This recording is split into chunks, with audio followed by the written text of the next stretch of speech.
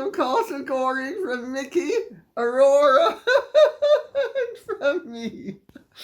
Oh, I'm going to prevent Aurora from smothering me in kisses because we have quite a lot of ground to cover today. So I am going to plunge right in without a question.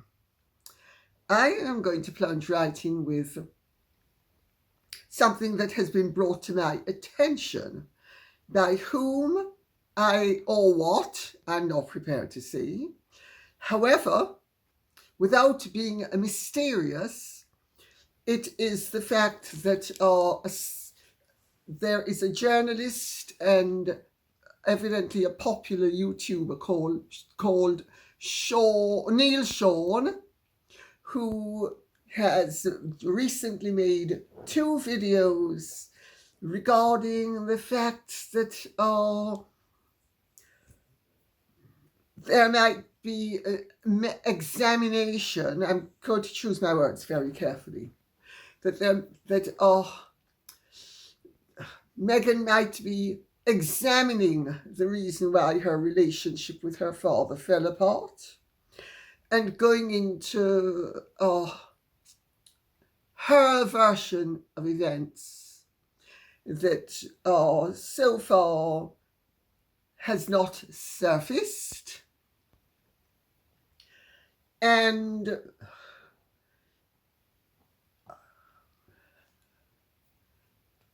it is very interesting because, of course, Scabies has a book coming out. And as I have said all along, Meghan's gravest mistake was the way she treated her father.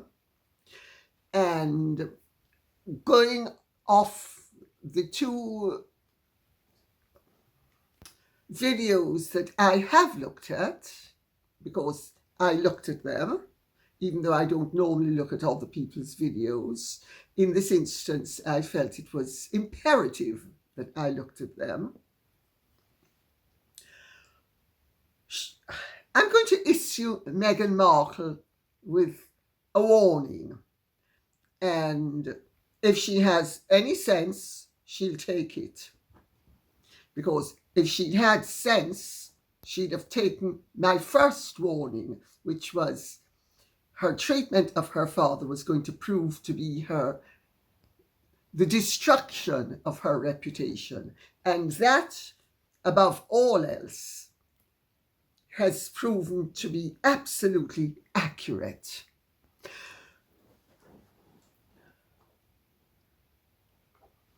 I know what went wrong in Meghan Markle's relationship with her father. I have spoken to not only the Markles concerned, but I was fed information by a very close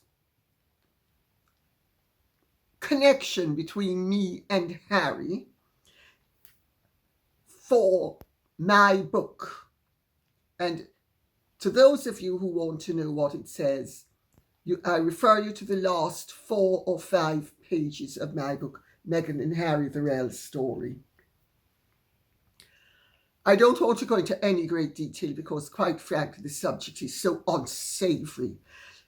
It is like swimming in a sea of feces with barracudas. Oh, and maybe 1 or 2 piranhas. Well, maybe a few thousand piranhas thrown in for good measure.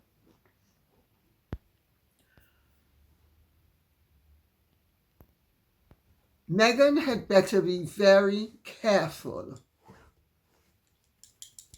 what needles she pulls out as she embroiders her version of the truth, because there are several recorded versions of her version of the truth, her original version of the truth. The only person Meghan could possibly get to back her up in anything would be Doria. And you talk about two birds being killed with one stone. They would stone themselves stone cold dead if they tried any of that. This is a subject that is so unsavory and so disgusting and such an exemplar of what everything that is disgusting and distasteful and truly evil is in terms of the destruction of people's reputations and lives.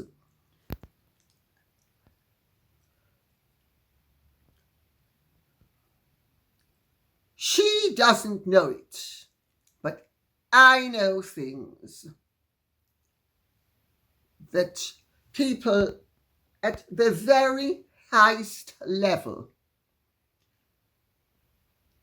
have taken steps to prevent.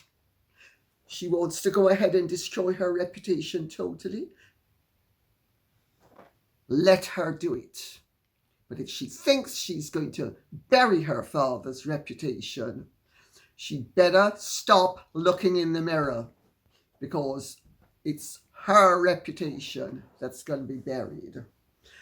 And maybe the kindest way of doing it would be the way Antonia made sure that she disciplined her recalcitrant daughter, Livilla.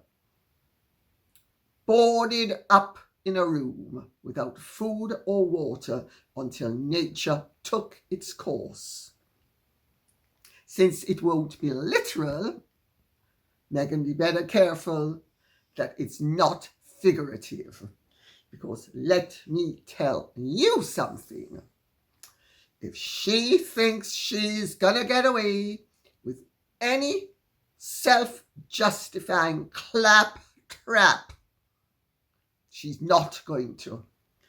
There are far greater powers than that frowsy, uppity nonentity, no talent, hustling jerk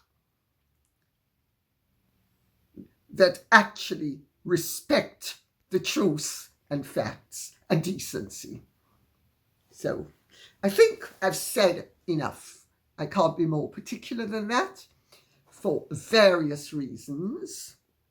But since it looks as if meat has been thrown into the sea and the sharks are swimming around and they've been getting little tastes of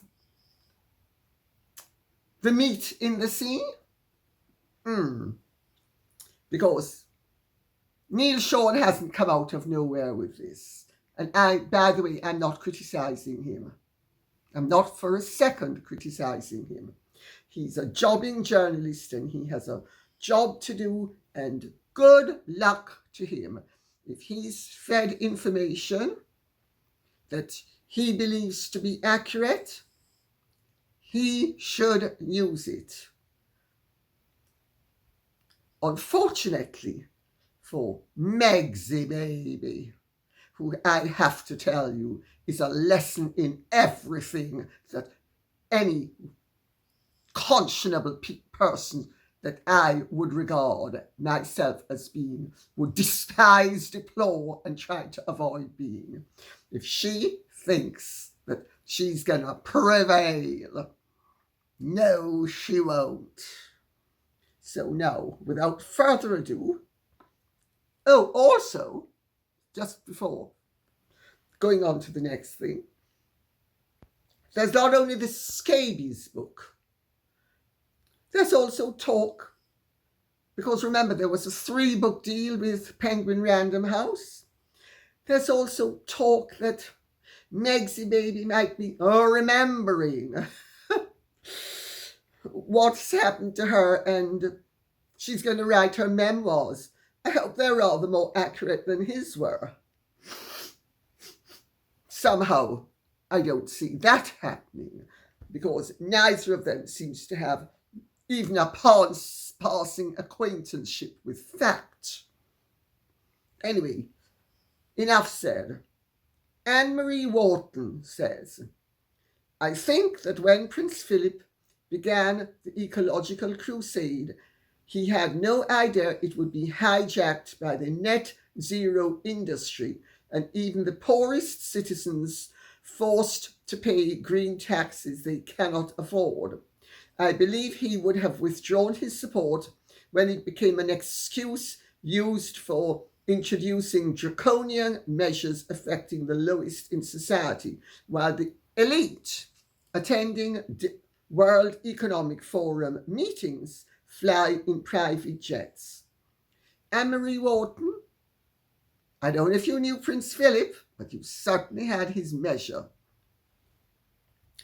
Prince Philip was not only concerned about the world, he was concerned about the people in the world, and he was concerned about doing a good for the people in the world.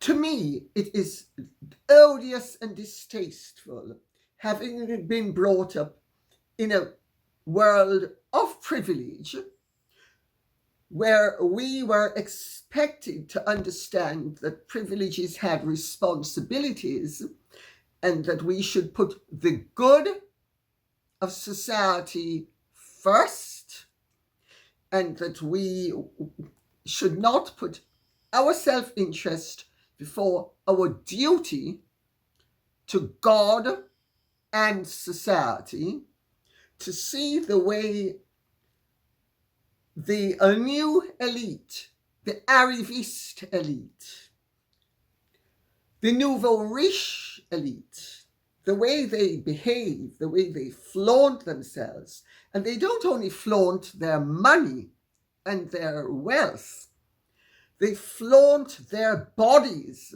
as if they were tarts and gigolos, walking around with pumped up muscles and pumped up chests, sometimes artificially pumped up, with everything showing. And women cut down to the navel, cut up to the thigh.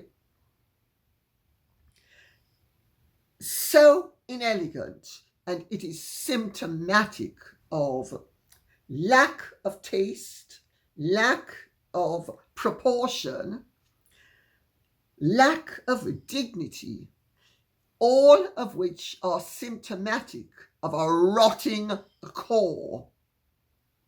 If you have a spiritually sound core, sure, you will be fun and you will joke and you will laugh and tease and all the rest of it, but you don't flaunt yourself and your attributes in the crassest and vulgarest manner, as so many of them do. Some don't, but many of them do.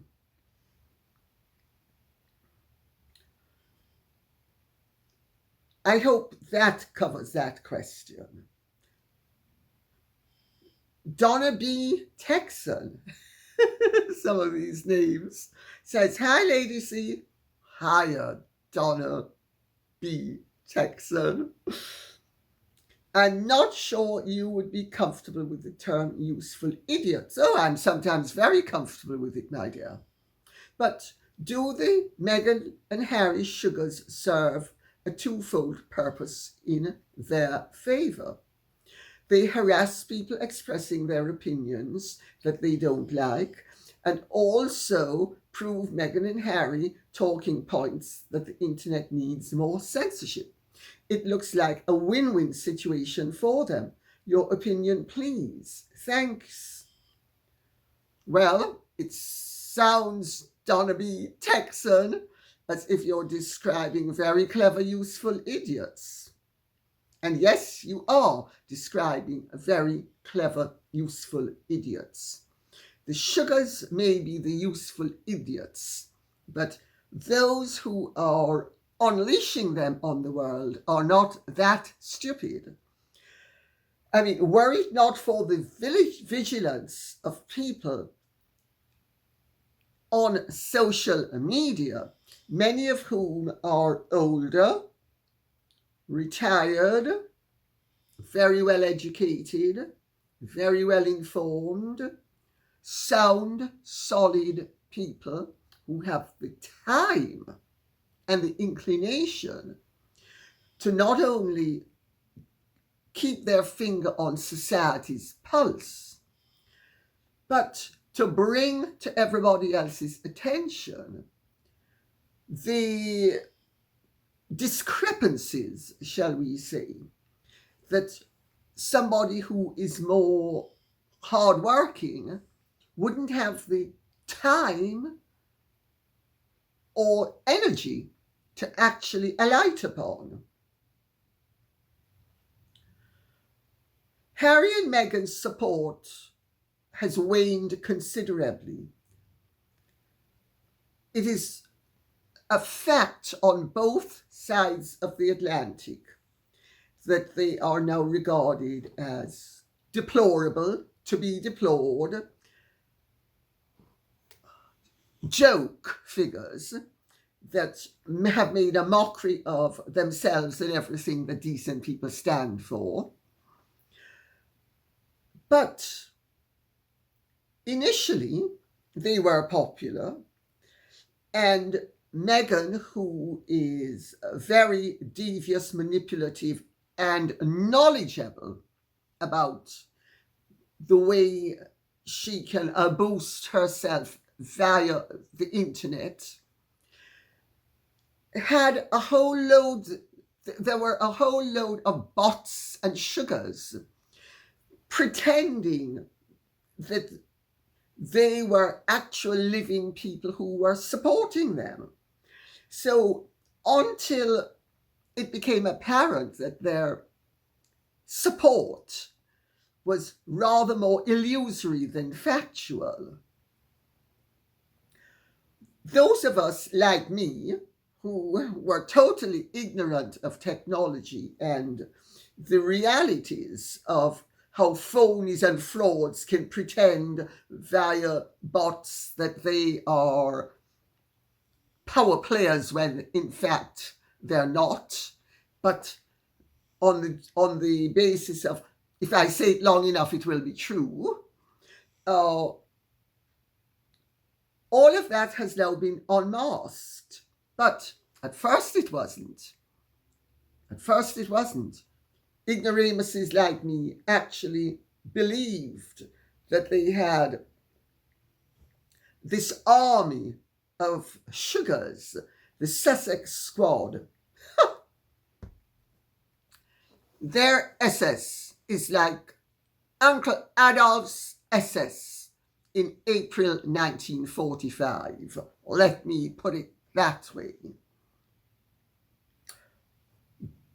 Not exactly benevolent, but nowhere near as powerful or as multitudinous as he believed and wanted everybody else to believe. Delusionalism has many forms, and it was not ever reserved to the Nazi Party, as we can see only too clearly today. Julia Maitland says, surely it must be done in unheralded by now that being methane's spare is much, much worse than being the spare in the royal family. If he's not getting that, he really is dense. Well, he really is dense, but he's got many rewards, gratis Meghan, that he didn't have without Meghan. One of the rewards he had was, oh, Meghan, please, can you enact that Stanget song for me? Blowing in the wind. Please, Megsie baby. Please, I haven't heard that song for a good whole day. So there was that. There was also the satisfaction of his vicious, nasty, destructive, malicious, malevolent side, whining, moaning, groaning, trashing everybody, that he has displayed for the world to see for the last several years now,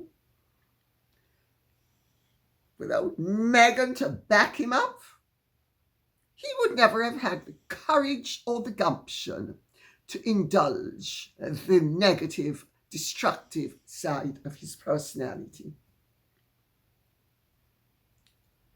To the extent that he has done. Oh, he always had a rotten temper and always threw his weight around and was always, according to people who know him well and used to work with him, laying traps and setting traps for people, which rarely is a sign of nastiness. He was also always very paranoid, with a vitriolic temper, uncalled for, not a vitriolic temper as a result of a response to an accurate situation, but because he's always been a mean and nasty little piece of work that grew into a mean and nasty big piece of work. And you only need to see the way he treated his grandparents to know what a truly nasty piece of work he truly has always been.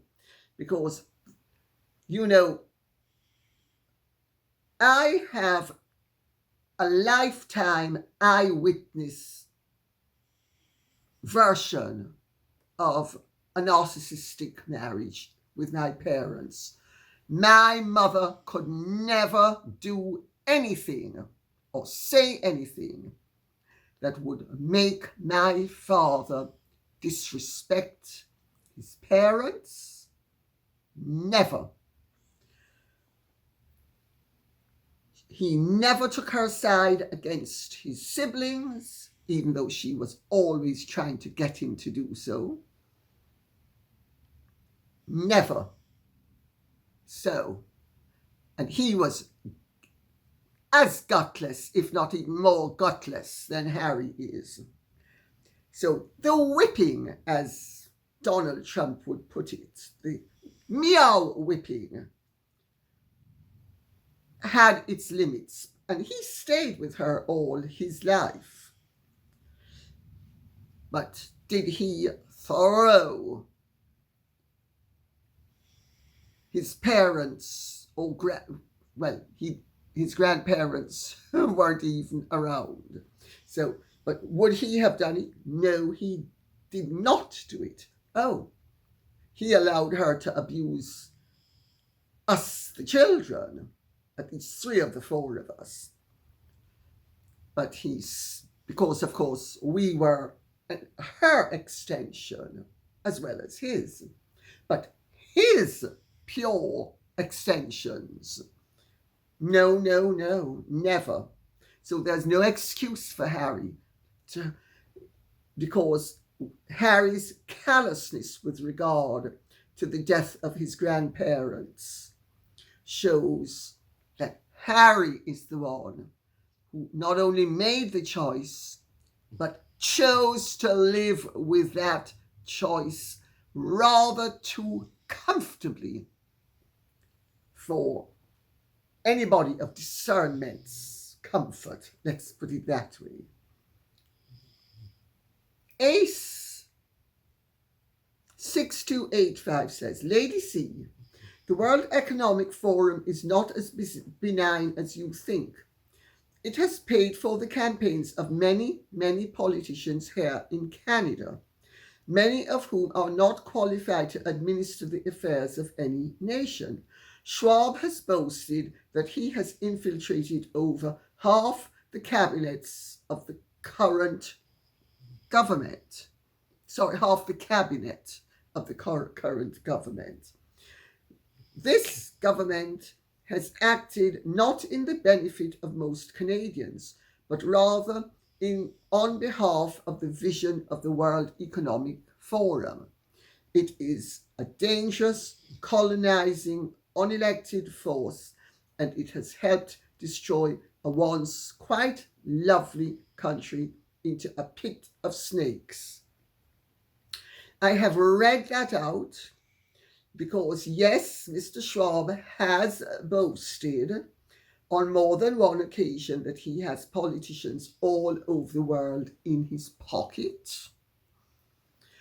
And therefore, that means that he has a tremendous amount of influence, and he is unelected. So he is above an elected government. He is the puppeteer pulling the strings according to his statements. So I have read it because also Canadians across the board are extremely disaffected with a lot of what is going on in Canada at the moment. And I am willing to listen to what other people say and to listen to what Mr. Schwab himself says. So I hope that moves the debate on a bit. Joe Vickers says, "It seems to me in my cynicism that protecting the planet is the Western world's new religion. But I would think if one goes back over decades and centuries, weather will have fluctuated drastically. Going green could destroy the planet more than anything people have done previously." Joe Vickers, that is a valid alternative opinion. Depending according to various scientists as to when you start the measurements, the results are entirely different. And you keep on hearing about since records, or since records began, or we've recorded this for 50 or 100 years or 150 years. But I just throw out a few words. Green Sahara, in the reign of Henry II, England was one of France's leading wine-producing regions. The Thames systematically froze over in one century and not the preceding century. So that meant it was warmer before, then cooled down, then warmed up again. And yes, I do agree. I actually think we need to take very good care of our planet. We need to be very aware of the fact that we have damaged it in certain regards and respects. But the fact of the matter is that the advances made during the Industrial Revolution are what has enabled unprecedented prosperity for more people on Earth than ever before, and a wider segment of the population than ever before. There is also the fact that these articles of faith are being treated with the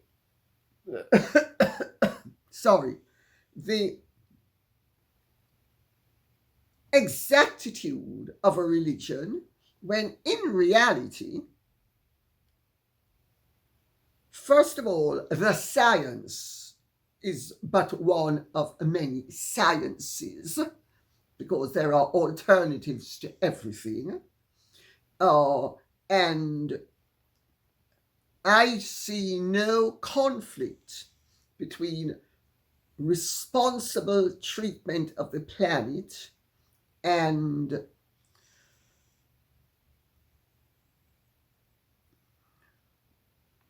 I'm trying to choose my words carefully, and keeping an open mind as to the varying and differing opinions of the scientists themselves. And it's very discomforting when politicians and people in positions of authority all of a sudden start to issue dire histrionic threats with dire consequences if you do not go along with their line of reasoning. This is what religions used to do. Now, the new religion is going to be science, and they're going to do the same thing, and it's going to have the same effect that religion used to have. So the new religion is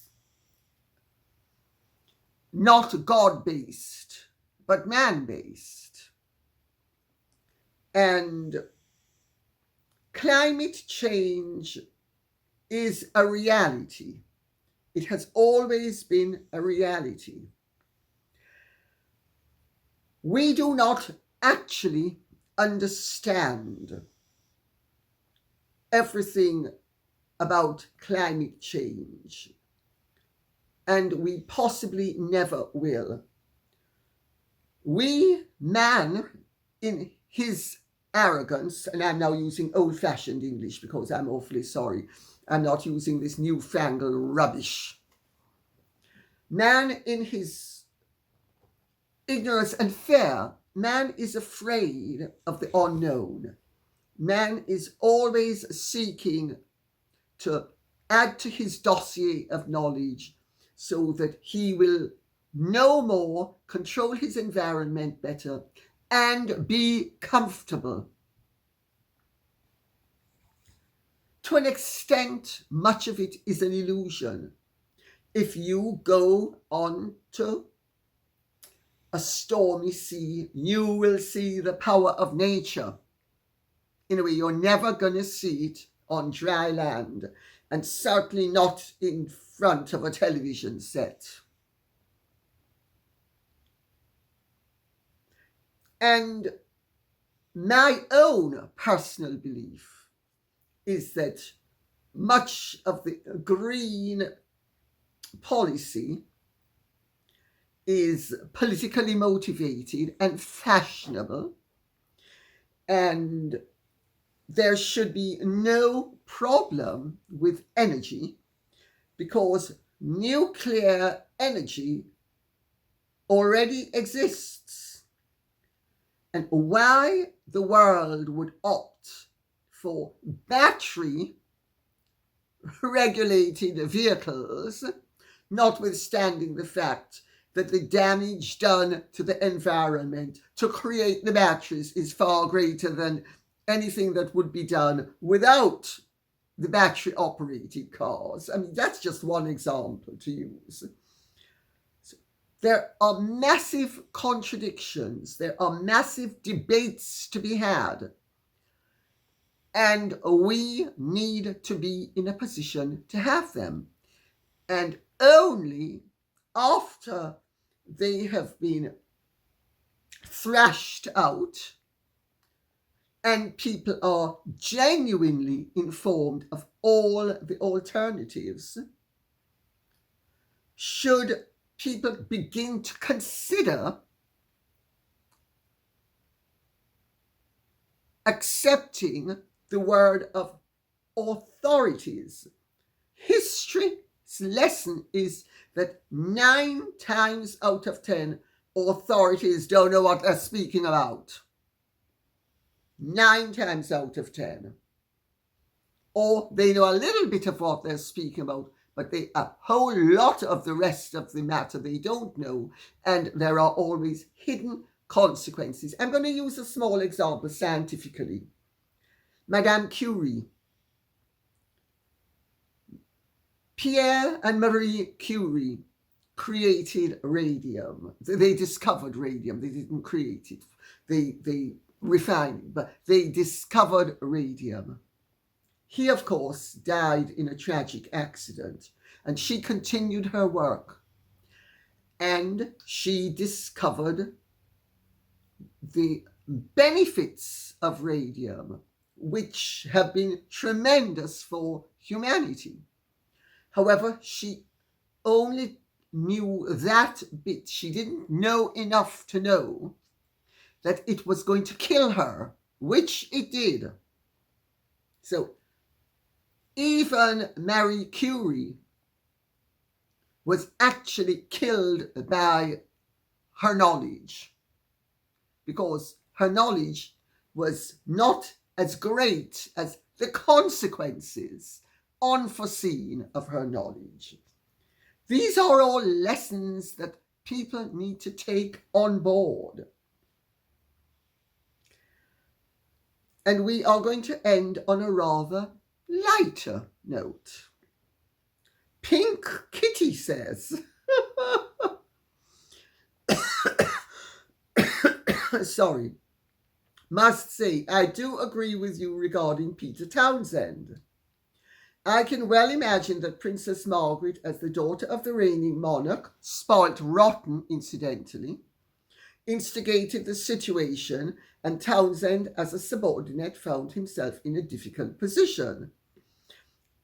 I am beyond fed up with royalist sycophants who defend the royal family no matter what. I salute your common sense on this particular issue, Lady C. Well, I confess I know a little bit more about this issue than the average person, because my dear friend Mark Sykes's mother was King George VI's girlfriend, in quotes, during the same period.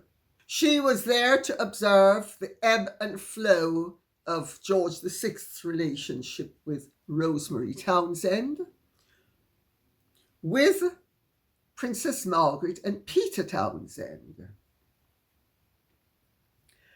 And there is no doubt in my mind that Princess Margaret was the aggressor.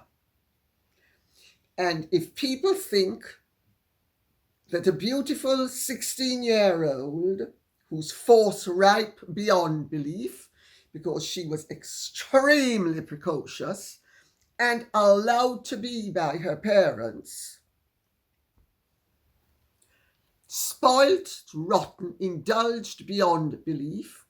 Of course, her parents had no idea what she was up to, but don't think other people didn't. And I'm going to tell you a little story about Princess Margaret. Shortly before the coronation, Eddie Fisher, the famous American singer, was in London for a recital. Princess Margaret went to it, and she invited Eddie Fisher back to Clarence House, where she lived with Queen Elizabeth, the Queen Mother, because by then George VI was dead. He'd been dead a year. Her lady-in-waiting, Iris Peake, who incidentally married Oliver Dorney, whose son Ivo Dorney is married to Rachel Johnston, the journalist, whose brother Boris was Prime Minister of the United Kingdom. So just so that you get a little bit of background gossip and insight into the interconnectedness of everybody. Iris Peake let Eddie Fisher in to Clarence House. He gave Princess Margaret the time of her life, and I also have to tell you, from another source I know this, Eddie Fisher was extremely well blessed by the good Lord. How do I know this? I tell you how I know it. There was a Jamaican couple called Ernie and Betty Snatt. The Snatts were a very glamorous, good-looking, rather well-off family. Eddie Fisher and Elizabeth Taylor spent their honeymoon in Jamaica, or part of their honeymoon in Jamaica. And Ernie Snatt had an affair with Elizabeth Taylor, and Eddie Fisher had an affair with Betty Snatt. And it is said that Ernie Snatt was equally richly blessed.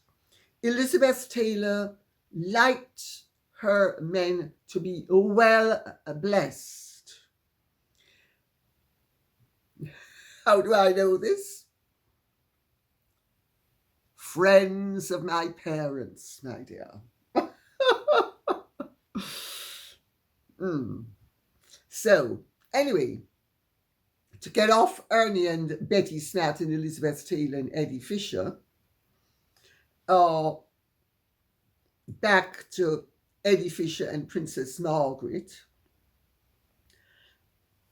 After they had an extremely interesting time together, which she was extremely delighted with, because the train kept on going around in circles. It didn't stop at the station only once.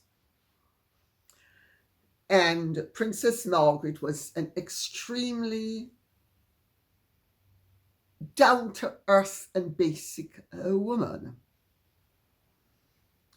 Now, remember the timing of this? Oh, before I get on to the timing of it, and let me see. And then Eddie Fisher and Aris Peak also had a little step out thereafter. But Princess Margaret got there first. So, the timing of this is really important, because this is a few weeks before the coronation, where Princess Margaret is so desperately in love with Peter Townsend that she is willing to make heaven and earth move so that she can marry Peter Townsend. But notwithstanding the fact she was so desperately in love with Eddie Fisher, she had an affair with, to put it politely, more an affairette with Eddie Fisher. So, what does that tell you about Princess Margaret? I know what it tells me. It tells me that for all her many virtues, and she had many virtues, she was extremely loyal. She and Roddy Llewellyn remained friends till the day she died. She remained on cordial terms with Peter Townsend, notwithstanding the fact that he's the one who refused to marry her. She'd have still married him, because, of course, what she didn't understand, though, and he didn't understand, was that the only thing she was going to have to give up was her right of succession. She didn't understand that, and when she found out, she hated her mother for it and held it against her mother till the day of her death. So, but I don't know what that tells you, but it tells me that Princess Margaret was definitely the sort of woman who saw what she wanted and made sure she got it. And I have to tell you, edificious attributes were well known throughout society. They weren't a secret. Everybody knew. I'm sure Princess Margaret had heard and thought,